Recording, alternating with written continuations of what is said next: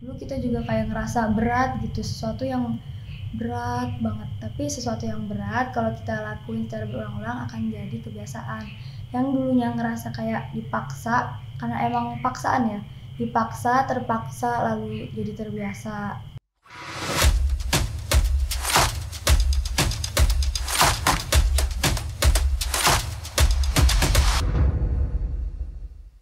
Assalamualaikum warahmatullahi wabarakatuh. Waalaikumsalam warahmatullahi wabarakatuh. Kembali lagi bersama kami di podcastnya Anak Santri. Mari ngobrol, mari menginspirasi.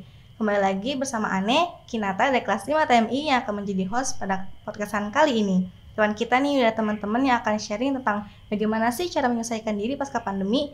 Mungkin boleh diperkenalkan dari yang dari sebelah kiri. Halo, assalamualaikum. Nama Ane Najwa dari kelas intensif. Halo, assalamualaikum. Nama Ane Caca dari kelas intensif. Kalau boleh tahu asal sekolah kalian sebelum ke Darun Najim 14 dari mana sih? Kalau Ane dari MTS Negeri 24 Jakarta. Kalau Ane dari MTS Negeri 2 Serang. Berarti kalian memang sama-sama dari MTS ya? Iya. Boleh tahu nggak sih kalian tuh belajar via online itu berapa lama?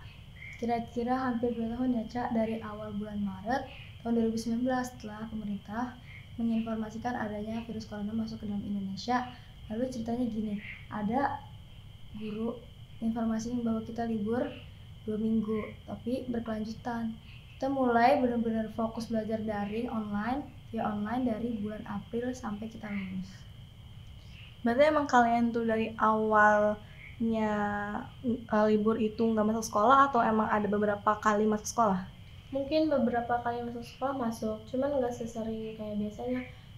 Kayak cuma lulusan tuh baru kita masuk sekolah. Ya, penting-penting doang kayak misalkan foto buku tahunan atau bagiin nilai ujian gitu. Bisa ceritain kegiatan kalian sehari-hari di rumah selama pandemi ini? Nah, selama pandemi ini di rumah karena banyak waktu luang, waktu kosong. Terus kita ngisi waktu luang, waktu kosong itu kayak cuman rebahan, makan, ngemil, nonton gitu. Terus banyak banget waktu yang luang, tapi kadang kita juga bosen ngapain lagi, karena emang mungkin seharian cuman itu lagi yang dilakuin, main HP, tiduran, ngemil, nonton, itu aja yang dilakuin. Terus apa sih perubahan habits yang benar-benar kalian rasain dari sebelumnya kalian sekolah offline dan sekolah online? Perubahan habits banyak banget ya. Iya, yang biasanya kita pagi-pagi sibuk nyiapin seragam yang belum setrika atau lupa belum ngejadwal. Iya. Terus kita juga waktunya semenjak adanya virus corona jadi lebih senggang, jadi lebih nyantai gitu. Iya, terus biasanya kalau misal kita pas lagi sekolah offline bangunnya pagi sebelum subuh, pas kita sekolah online di rumah, kita kayak ya udahlah gampang mandi mah gitu, bisa nanti, kadang suka mundur-mundur waktu. Pas sekolah offline juga biasanya kita pulang sekolah kalau nggak hangout bareng teman, kadang kita ada kegiatan tambahan kayak ekskul gitu. Ekskul, berarti kalian emang aktif ya ekskulnya. Apa sih yang ekskul yang kalian ikutin di sekolah? Kalau Ane dulu pramuka. Kalau Ane sih dulu ikut badminton. Dan menurut kalian sekolah online itu efektif nggak sih? Menurut kita kayaknya kurang efektif.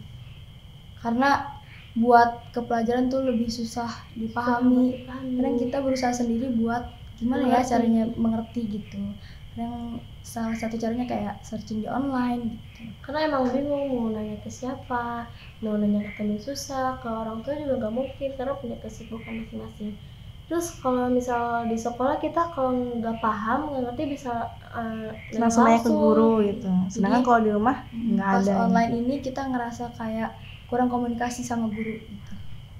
Dan apa sih dampak paling besar yang kalian rasain setelah pandemi ini? Dampaknya kayak kita kurang produktif, kurang semangat gitu. Banyak waktu luang juga sih. Kurang berpikir keras juga. Apa aja sih dampak terbesar yang kalian rasain setelah pandemi ini? Dampaknya kita jadi sering megang HP, jadi cepat ngantuk, cepat lelah gitu. Tapi lelahnya tuh kita bukan karena kayak habis kegiatan, karena emang kita lelahnya tuh seharian kita main HP dan buat kita tuh lelah kayak wawa gitu. Kayak Ane nih dulunya -2 jadi -3 gitu. Berarti emang kalau HP itu ada plus ada minnya ya? Ngaruh banget. Apalagi buat yang matanya min nih, jadi gampang banget naiknya ya karena radiasi dari HP mungkin. Kalian kan kurang lebih udah 4 bulan di pondok nih. Pasti banyak banget kan kebiasaan-kebiasaan yang banyak banget yang berubah, yang dari dulunya di rumah kalian sering rebahan, lebih santai, banyak waktu luang, sedangkan pas di pondok kalian tuh jadwalnya tuh tata rapi, dijadwalin, mau makan dikasih waktu, mandi dikasih waktu, semuanya dikasih waktu. Ada nggak sih kultur shock yang kalian rasain dari sebelum dan sesudah masuk pondok? Kultur shock kayak kaget pasti ada dan banget ya. Kayak dulunya kita waktu awal masuk pondok, buru mandi, antri mandi, selalu paling awal gitu. Dan karena emang pertama tuh kita belum mengenal siapa-siapa, takut buat berkomunikasi, jadi kayak mau tobur tuh mau ngebada dia, kita takut ngomongnya gitu. mungkin ya, malu juga. Kegiatan di sini juga banyak ya, jadi kita lebih produktif daripada yang sebelumnya di rumah. Kegiatan di sini kayak acara kemarin ada panggung gembira, sebelumnya juga ada porseka, folk song, Perkutsi. iya. Terus juga ada muhadoroh yang masih berlangsung sampai sekarang. Jadi muhadoroh tuh ngajarin kita buat berani Buat bicara ngobrol depan depan orang orang. banyak gitu. Ya terus kalau di sini di pondok tuh kita dipaksa buat berpikir keras. Kayak banyak pelajaran yang harus dihafal di kelas, kayak mahfuzot. Ya tafsir, mahfuzot, hadis dan lain-lain. Jadi nggak cuma ngafal di kelas aja, di luar kelas juga kita masih hafalan ya. Kayak kayak muhadasah muhadasah. setiap hari Selasa dan Jumatnya. Dan itu wajib di store. Malamnya juga ada mufrodat yang harus di store sama kita.